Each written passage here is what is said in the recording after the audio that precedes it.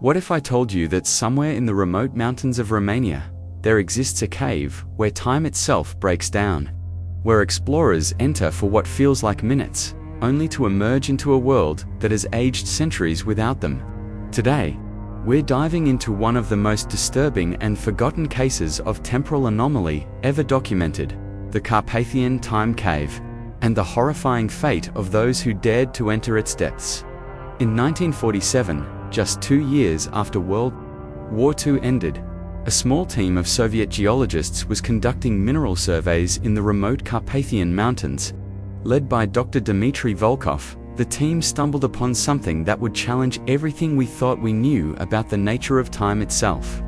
Hidden behind a curtain of twisted vines and centuries-old ice formations, they discovered a cave that seemed to pulse with an otherworldly energy. The cave entrance was unremarkable at first glance, a jagged opening in the limestone cliff face, about 6 feet wide and 8 feet tall, but there was something wrong with the air around it. Local wildlife avoided the area completely. Birds would change direction mid-flight rather than pass over the cave mouth. Even insects seemed to give it a wide berth. The silence was absolute, unnatural, as if sound itself was being swallowed by whatever lay within. Dr. Volkov's initial survey team consisted of 5 men: himself, 2 junior geologists named Pavel Kozlov and Mikhail Petrov, a cartographer named Sergei Orlov, and their guide, a local Romanian named Nicolae Yes, you heard that name correctly, Dracul, the same family name associated with Vlad the Impaler. Nicolae claimed his family had lived in these mountains for over 400 years, and they had always known about the cave. They called it Pe Terra Undoami Chimpu, the cave where time sleeps. According to Nicolae, local legends spoke of the cave as a wound in the world itself, a place where time had been torn and left bleeding. His grandmother had told him stories of travelers who would enter the cave in the morning and return at sunset, claiming they had only been inside for a few minutes. But when they spoke of what they had seen, they described events that hadn't happened yet, or conversations with people who had been dead for decades. The Soviet team, being men of science, dismissed these stories as peasant superstition. We're about to learn just how wrong they were. On October 13, 1947, at exactly 3:15 in the afternoon, the 5 men entered the cave. They carried with them standard geological equipment: rock hammers, sample bags, measuring tools, and, most importantly, 3 synchronized pocket watches, one carried by Dr. Volkov, one by Pavel, and one by Sergei. They also brought with them a length of rope, planning to maintain contact with the outside world at all times. The cave interior was unlike anything they had ever seen. The walls seemed to shimmer with a faint, phosphorescent glow that had no identifiable source. The rock formations were impossible, stalactites and stalagmites that grew in spirals, defying gravity, some appearing to flow upward like frozen waterfalls in reverse. But it was the sound that truly unsettled them. Every footstep, every word, seemed to echo not just through the cave, but through time itself. They could hear their own voices coming back to them, but the echoes were wrong, sometimes arriving before they had even spoken. As they ventured deeper, their watches began to behave strangely. Dr. Volkov's watch started running backward. Pavel's watch stopped completely, its hands frozen at 3:21. Sergei's watch began racing forward, its second hand spinning so fast it became a blur. When they compared the times, each man was convinced his own watch was correct, and the others were broken. The cave seemed to stretch endlessly into the mountain. They walked for what felt like 10 minutes, then 20, then an hour. But their subjective experience of time was completely unreliable. Pavel swore they had been walking for only 5 minutes. Mikhail was convinced they had been inside for 3 hours. Dr. Volkov felt as though days had passed, while Nicolae insisted they had only just entered. Then they found the chamber.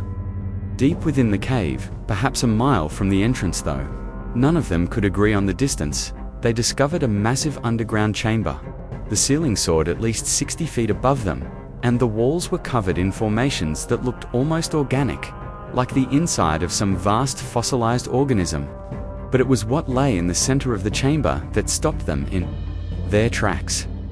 Scattered across the floor were the remains of other explorers, not skeletons, remains, bodies, in various states of decay, some appearing fresh as though they had died only hours before, others reduced to dust and fragments of clothing.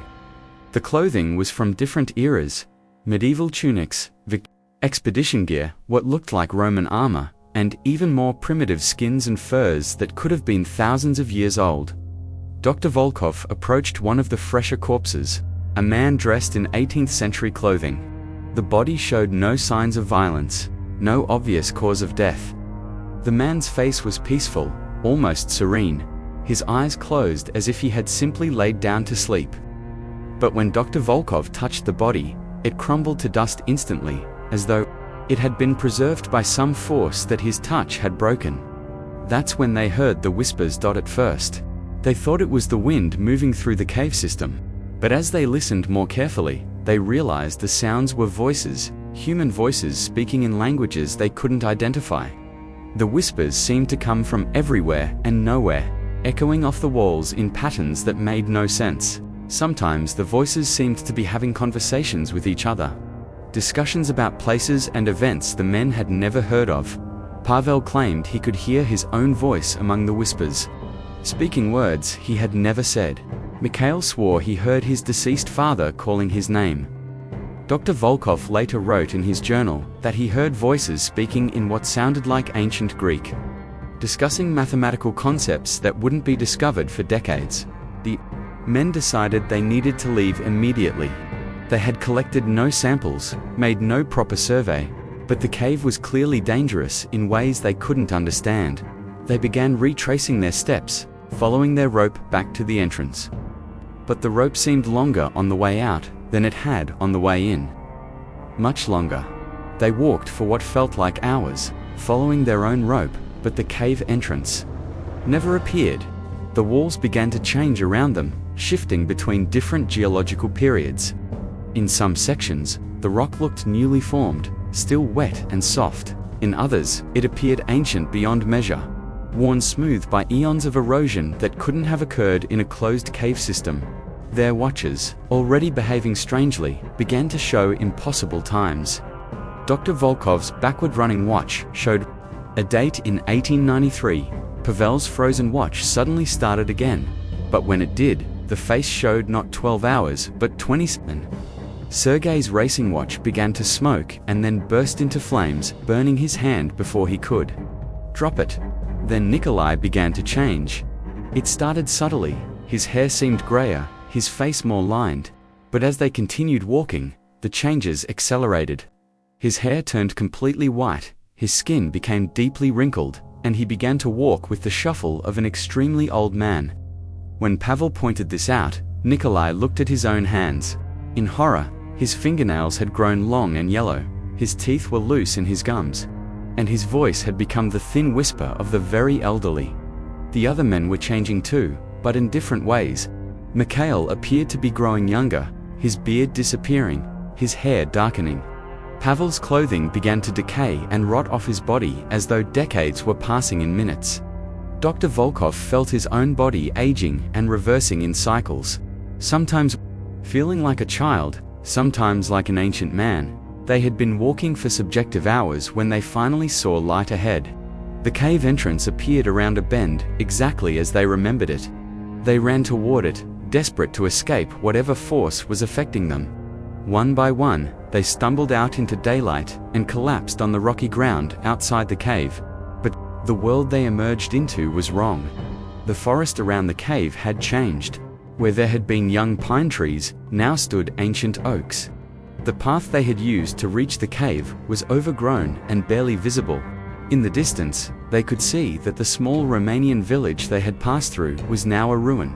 Its buildings collapsed and overgrown with vegetation. Dr. Volkov checked his compass and found that magnetic north had shifted.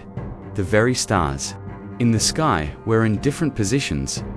When they finally reached the nearest town, after 3 days of walking through a landscape that had aged centuries, they discovered the impossible truth.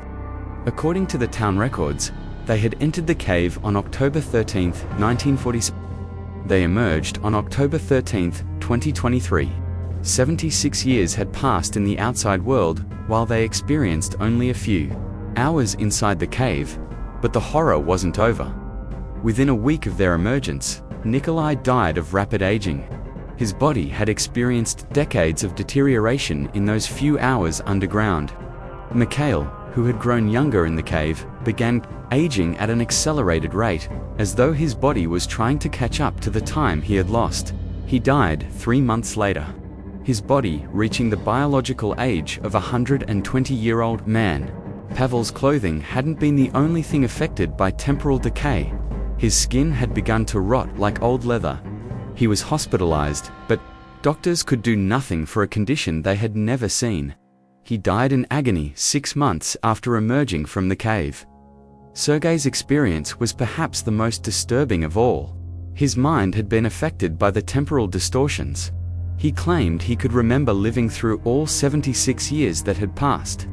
But as a conscious observer trapped in time, unable to affect anything, watching the world change around him while he remained frozen and aware. He had watched his family age and die, had seen wars and disasters, had experienced every moment of those lost decades in perfect detail. He took his own life within a year of their return. Only Dr. Volkov survived, but survival might be too generous a word. The temporal exposure had left him with a condition doctors called temporal displacement syndrome. He aged at an irregular rate, sometimes rapidly, sometimes not at all. His hair would turn white overnight, then return to its original color. By morning, his memory was fragmented, filled with events from timelines that didn't exist. Conversations with people who had never been born. Dr. Volkov spent the remaining years of his life trying to document what they had experienced in the cave. His journals, discovered after his death in 2031, contained detailed descriptions of the cave's interior, maps of passages that seemed to change configuration, and scientific theories about temporal anomalies that wouldn't be proposed by mainstream science for another decade. But perhaps the most disturbing entry in his journal was the last one, dated just 3 days before his death. I understand now why the cave exists. It is not a natural formation. It is a scar, a wound in time itself, caused by something that should not exist in our reality. The bodies we found in the chamber were not victims, they were guardians, people who had sacrificed themselves to contain whatever lies at the true heart of the cave. We only saw the outer chamber. There are deeper levels, places where time doesn't just flow differently, it pools and stagnates and rots like standing water. I can feel it calling to me, even now, 70 miles away and decades later. It wants me to return. It wants all of us to return. The temporal distortions we experienced were just echoes, reflections of something far more terrible waiting in the depths. I have seen glimpses of it in my displaced memories, a presence that exists outside of time, feeding on temporal energy, growing stronger with each person who enters its domain. The local legends were wrong. The cave is not where time sleeps, it is where time goes to die. Dr. Volkov was found dead in his study 3 days later, his body aged to the point of mummification. On his desk was a train ticket to Romania and a detailed map showing the exact location of the cave. Romanian authorities sealed the cave in 2032, but local reports suggest the sealing was unsuccessful. Hikers in the area report hearing voices calling from within the mountain, and several people have gone missing in the region over the past decade. Satellite imagery shows temporal distortions around the cave site. Photographs taken seconds apart show the same location in different seasons, sometimes different decades. The cave remains active, and according to some theories, it is growing stronger. Time itself may be wounded, and wounds, if left untreated, tend to fester, so the next time you're exploring remote places, remember the story of Dr. Volkov and his team. Remember that there are some doorways that should never be opened, some places where the laws of physics themselves have been broken. And if you ever find yourself standing before a cave where the very air seems wrong, where wildlife refuses to go, where your watch starts behaving strangely, turn around, walk away. Because some caves don't just contain darkness, they contain time itself, wounded and hungry, and waiting for the next group of explorers foolish enough to step inside. The cave where time slept is still out there, somewhere in the Carpathian Mountains, and it's still hungry.